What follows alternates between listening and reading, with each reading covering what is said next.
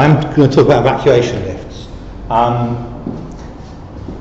think you're aware, most of you, that there's quite a bit going on in the world of evacuation lifts, and it's part of the bigger picture that Dave alluded to in terms of stuff that's coming down the line from Grenfell. And obviously Grenfell's really, really important, and in a way is really kicked off and is catalysing a lot of changes on how we think about lifts and how they're used in the event of fire. But even if we go back pre-Grenfell, this appalling sort of watershed moment, a lot of people, we could have had a meeting like this and talked about evacuation of firefighters' lifts, and I'm sure many of us would have agreed that there were some serious issues, some serious problems that we could see with the way lifts were used or not used for evacuation. And I think we would have expressed a certain amount of frustration that things like building regulations and building regulation guidance and British standards weren't really keeping pace with the possibilities for how you could use lifts for evacuation. Something just tying us back to work at BSI, there's a standard BS 8899 that talks about improvement of lifts used in the event of fire, and that was published in 2016. It was published before Grenfell. There's a lot of good recommendations in it, which I'd argue, even looking through post-Grenfell lenses, still seem to make sense. So Grenfell there. David's mentioned the Building Safety Bill. Actually now the Act, I think it was Royal Assent at the end of April. That's an overarching bit of legislation, and there's loads and loads of regulations coming along underneath that. So if you think about the Building Safety Act, a little bit like the Health and Safety Act, it's going to enable loads and loads of other bits of legislation. I think at the moment there's about 30 different regulations coming through on all sorts of things. My third point here, some of those regulations are coming a building on something called the Regulatory Reform Fire Safety Order, and there's the new fire safety regulations for England were only published 2 weeks ago. So again, I'm not going to cover that, but one thing you might do when you go away is just Google that if you haven't already, because there are regulations that specifically talk about lifts, and most bits of high-level legislation don't talk about lifts. Okay, so we're getting a bit closer to where we need to be in terms of evacuation lifts. So I've been talking about general here. Now, approved document B, the building regulations, that's had a little bit of modification over the last few years by the government, but it hasn't substantively changed in what it says about means of escape from buildings. But work is going on. So we know of which is the government department responsible for building regulations. We know that they've commissioned research projects looking at means of escape, including the use of lifts.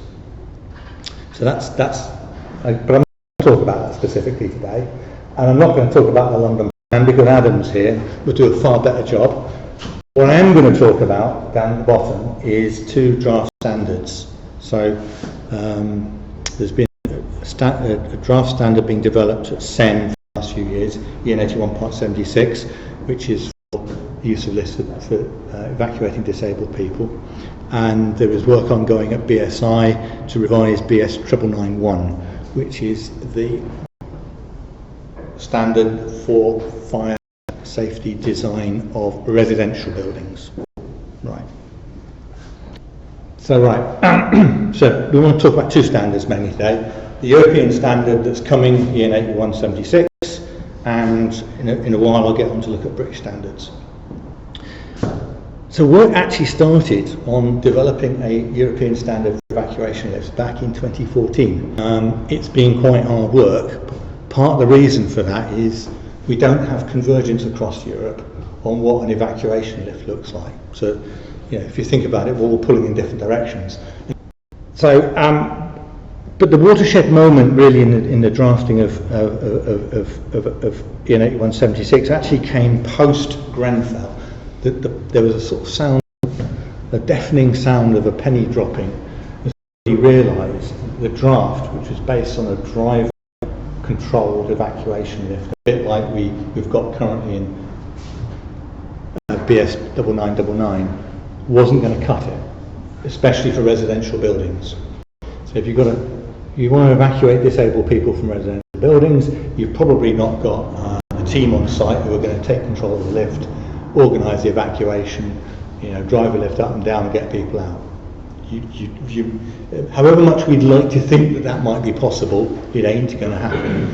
So the panel looking at that, the penny dropped and they started looking at developing something for an automatic evacuation. So in other words, a lift that would then respond to calls from landings where disabled people could register their calls. And that the draft standard came out for public inquiry, for public comment back at the end of 2019. The UK commented very heavily on it and voted negatively on the standard because we felt that it wasn't quite where it should be yet. Because of the number of comments and because the comment resolution collided with the first stage of the COVID pandemic, work timed out. So, and under some rules, if you get to the end of the clock's down to zero and you've not got your standard published, you have to start again. So the work started again. That draft's been further developed. It's going out for public comment if I believe the date's on the same website on the 9th, Thursday. So as soon as we see it at MH4, I'm sure it will come to, I'm sure Adam will be circulating it or what have you. So I don't trust send dates, it might go back, but I believe it will be soon. So we'll very soon have another draft evacuation lift document for us to comment on, and I think it's going to be quite important to comment on it. I think the point at the bottom of my slide is until that is finally published as a standard, it'll be another couple of years yet. The only thing we've got to work on established in standards is that evacuation lift that's described in BS 9999 Annex G. In other words, the variable beastie we've had in the UK for years. So I've tried to do a timeline here. Okay, I tried not to do a bulleted list for you for a whole slide, and I've tried to sort of show how 8176 work and the BS 9991 revision work is running together. And so BS 9991 is a huge standard. It's 200 and something pages. Lifts are not a big part of it. 76 I've talked about, and we're somewhere here at the moment. So we might get a standard there published end of 2023, early 2024.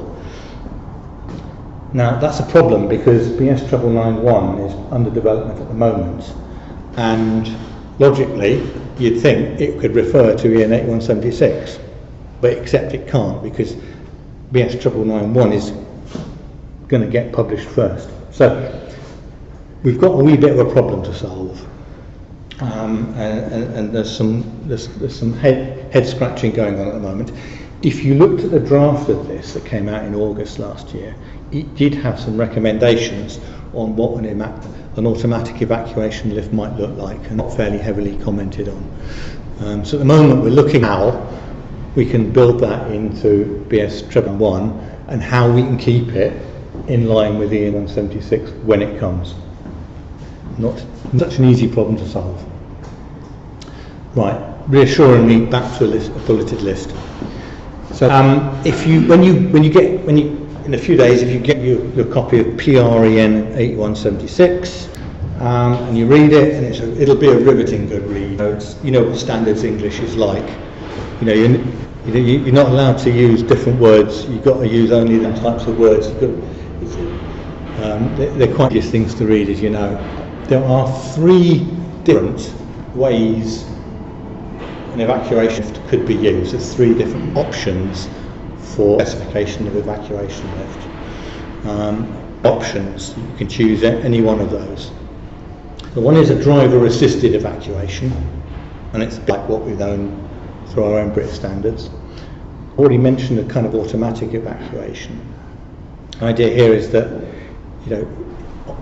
after you've got the first fire alarm and you might want to put a lift into kind of evacuation mode, the idea is you would the BMS would switch the lift into that mode, and then it would then prioritise landing calls to evacuate disabled people. And we'll talk about that a bit more in a minute. And then the third option was something called a remote control mode. In other words, think of when you go into an evacuation lift at the moment, you use the car controls to drive the lift. Think about a situation where those car controls are outside around the corner, maybe in the next town, maybe in China, I don't know, but outside the lift, and you're driving from outside. Certain benefits with it, but when that draft was looked at, especially fire safety people at BSI and fire and rescue services, they really took against it. They didn't like it for a number of reasons. So at the moment, I'm probably going to talk about that so much. So quickly on to driver-assisted evacuation. I'm going to move over this fairly quickly because I think we all know what that would look like. You've got an evacuation lift switch at the exit floor. You take control of the lift with that. A driver then drives the lift up and down. Some sort of communication systems needed. The driver knows which floors there's someone wanting to be evacuated. It's quite a simple beast. At the bottom I've got one positive and one negative about that. Positive is you've got someone in the lift, someone assessing with the Mark 1 eyeball what the conditions are and responding to that. Big negative is that the fire alarm goes at 0 hour, you're then waiting for someone to mobilise and take control of that lift. Especially in a residential building, you now could be waiting quite a long time, during which time that lift could be doing useful work, getting people out of the building when arguably the risks are quite low. Once a fire has started in the building, arguably risks increase as time goes forward, especially and until the fire and rescue services start effectively trying to fight the fire. So the problem with driver assisted is it wastes those first few precious minutes. Automatic evacuation operation is one of its advantages is it will address that, or it might address that. If there's some intelligence in the building that can say to the lift, now go into automatic evacuation mode, it could conceivably do that almost instantly. So I kind of already mentioned how that might work. So the lift would initially recall to the exit floor, and then it would serve landing calls according to a prioritisation. And this is actually, I think, potentially the biggest problem area with what would be in this draft standard. So how do you prioritise those calls? A very simple approach is to say, leave it to the lift, and we'll prioritise the furthest landing call from the exit floor. And you gradually work your way down the building. That doesn't make a lot of sense to a lot of fire professionals, and they would say, hey, it makes more sense if you evacuate the fire floor and then ±1, ±2, and then maybe if you still need to evacuate other people, you start looking at something else. That needs a much more sophisticated interface between a BMS system and a lift control system, and that's, I guess, where I've got some concerns. How is that specified? How is that actually? How's that done in practice? So the positive with the automatic evacuation, conceivably the lift can go into service. It can go into automatic evacuation service rather, without needing a driver. We can do it quite quickly. The negative, I think, is that there's some building related issues. Some building intelligence needed to switch the lift over into that mode, and it's now got to be the building system that decides whether it's safe to use that lift or not the driver using the Mark 1 eyeball. I think all those other things are kind of mentioned. Right, kind of touched on the remote assisted evacuation. It's just think of it as just a remote control panel replicating the car controls, so someone can drive it remotely. That would work really only if you've got a good communication and video surveillance system, so that the remote person has a chance to see what's going on the landings and in the lift car.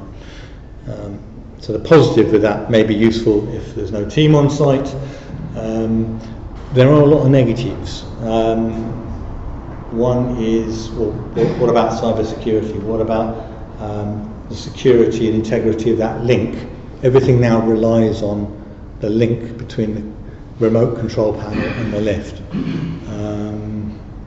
What about the competence of that remote person? You know, if someone in the building is taking charge of the evacuation, you'd think they would reasonably be trained and know the building. If you're relying on someone remotely, do they know the building? You know, are they competent? You know, have they registered with the engineering council, David? I don't know. So there's issues with remote, and that's part of the reason why there was a negative reaction at BSI a couple of years ago to this particular option. Right, okay, so that's just very quick gallop through what's happening with EN 8176. And that's European work. So the UK delegate goes to there, but ultimately, you know, there's 27, 28 CEN members, and it's their votes that determine whether that standard goes through and becomes a published standard. There's work ongoing at BSI as well, but not on evacuation lifts per se. It's on fire design of buildings. So BS 991, I've already mentioned, it came out, a draft was prepared by BSI, it came out last year. Had a huge number of comments for such a document, 1,866. It's taking a long time to get through that. It will delay publication, which will not be until next year. But it's still going to get out before finally in 8176. But the interesting thing for us is that, and if you read it, that the draft of BS 991 does say something about evacuation lifts. And the reason for that is that there was a great call for this 2 years ago when work started. There was a demand that, because BS 991 covers residential buildings, and post-Grenfell there was a very strong demand that the evacuation of disabled people was given serious consideration. And as I mentioned earlier, that ain't going to happen in most buildings with a driver-controlled model of evacuation lift. It just forces you to start thinking about an automatic solution. And so what's in the draft of BS 991 borrows very heavily on what's in the draft of EN 8176.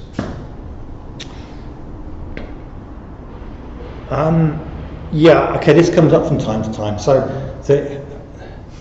if you want, at the moment, if you want to do something which is a bit special and a bit of an automatic evacuation operation, it's not, you haven't got any support from what's in BS 9999. That just tells you a simple driver-assisted type solution. But it doesn't stop you doing a risk assessment and we know that some fire consultants that have evolved an evacuation lift solution. It's not the ones I've seen don't really fill me with too much enthusiasm, especially when they start talking about using EN 8173 to recall the lift.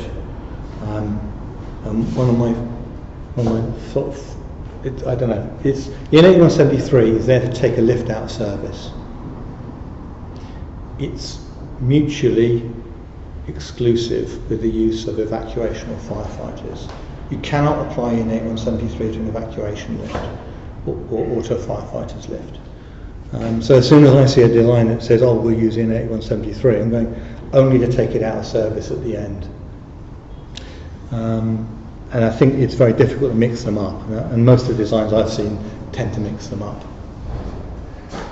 So, nearly finished, don't worry. Right, what next? Well, so I mentioned BS 9991 work, comment resolution goes on. That's a huge effort. Every member of that panel is working through every one of those comments. So that's a huge commitment. I think more interesting to us is this EN 8176 work, and that's, I've said expected June. I'm actually expecting to see it very soon in the next few days. I made a comment there, we should comment. I think we should get hold of it and comment it. I think there's a lot of work to do that. I suspect, I'm looking around the room, I can see one or two people that probably are going to want to get involved there, and I think we have to comment that. LEIA will certainly comment it. We're looking at another 18 months for a standard to be published. Then back to the British Standards work, revision of treble 9 will follow a revision of treble 9.1, and going back to approved document B of the building regulations, that will follow even later, which is, I think, I've got a private view about that. I think really it would have been good if building regulations could maybe have moved on this first and given a bit of a steer for everybody else, but they haven't. This is a slightly different slide. So all of this is really looking at benchmarks for new lifts in new buildings, and that's great. Say we had a fantastic, perfect new evacuation lift standard now, and it gets rolled out in the next few years. It will gradually take effect. It will gradually, as the number of new buildings increases, will gradually get some benefit from that. But the building safety problem that we have is all the building stock we've got now, and most of that we're going to still have in 30, 40, 50 years' time. So in a funny sort of way, it's a similar set of problems to what we've got trying to drive decarbonise lifts in the built environment. Is that the problem is we've got all those legacy buildings to deal with. So I actually see building safety and improving environmental stuff as primarily a problem of improvement of existing buildings, and that's difficult. My guess is that we'll come back to that problem of how you set benchmarks and guidance, how we improve lifts to make them more useful for evacuation. I think we'll come back to that once we've got the new lift benchmarks out of the way. And then right at the bottom, coming full circle, I've made a reference to BS 8899. I think that will be its job, to provide more guidance on how you improve an existing lift to give some evacuation service. So thank you very much. Shall I?